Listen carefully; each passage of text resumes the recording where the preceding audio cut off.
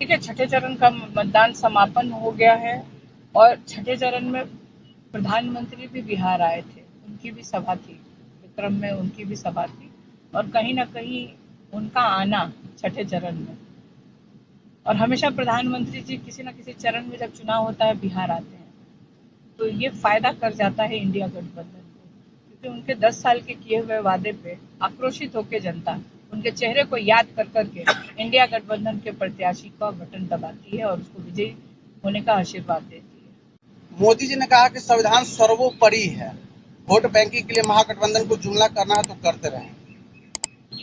देखिए, तो फिर उनके नेता इस तरह की बयान क्यों दे रहे हैं कि 400 पार आ जाएगा तो संविधान में संशोधन कर देंगे।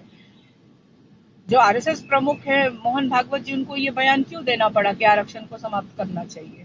तो ये उन्हीं के नेता बोल रहे हैं ना, उन्हीं के दल के नेताओं का, बड़े बड़े नेताओं का बयान है। हम लोग तो कोई आरोप नहीं लगा रहे हैं। जमीन के बदले नौकरी देने के खेल में राजद के परिवार जेल जाने वाले हैं 4 जून को। वो तो अभी भी डाल सकते हैं, केस चल रहा है। अगर हम कहीं से दोषी होते तो क्या प्रधानमंत्री जी हम लोग को बाहर छोड़ते, जेल में डाल चुके होते। तो ये आप झांसा मत दीजिए बिहार की जनता को।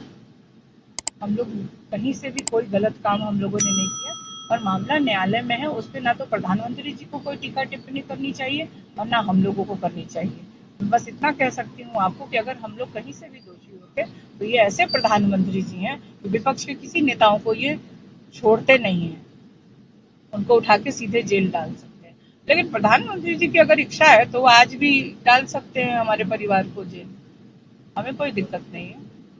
मोदी जी ने कहा कि 4 जून को लड्डू खाने के लिए तैयार है। बिल्कुल खाएगी, देश की जनता लड्डू खाएगी, क्योंकि इंडिया गठबंधन की सरकार बनने जा रही है।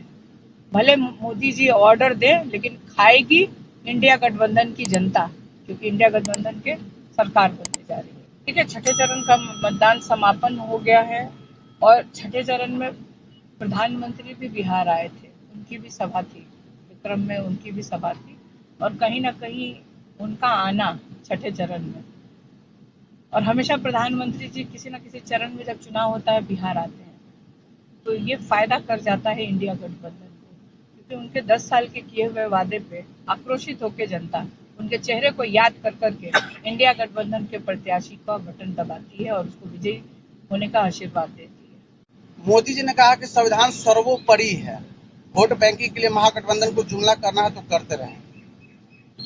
देखिए, तो फिर उनके नेता इस तरह की बयान क्यों दे रहे हैं कि 400 पार आ जाएगा तो संविधान में संशोधन कर देंगे। जो आरएसएस प्रमुख है मोहन भागवत जी, उनको ये बयान क्यों देना पड़ा कि आरक्षण को समाप्त करना चाहिए। तो ये उन्हीं के नेता बोल रहे हैं ना, उन्हीं के दल के नेताओं का, बड़े बड़े नेताओं का बयान है। हम लोग तो कोई आरोप नहीं लगा रहे हैं। जमीन के बदले नौकरी देने के खेल में राजद के परिवार जेल जाने वाले हैं 4 जून को। वो तो अभी भी डाल सकते हैं, केस चल रहा है।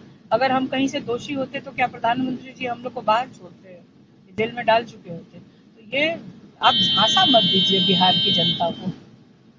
हम लोग कहीं से भी कोई गलत काम हम लोगों ने नहीं किया और मामला न्यायालय में है। उस पर ना तो प्रधानमंत्री जी को कोई टीका टिप्पणी करनी चाहिए और ना हम लोगों को करनी चाहिए। बस इतना कह सकती हूँ आपको कि अगर हम लोग कहीं से भी दोषी होते तो ये ऐसे प्रधानमंत्री जी हैं कि विपक्ष के किसी नेताओं को ये छोड़ते नहीं हैं, उनको उठा के सीधे जेल डाल सकते हैं।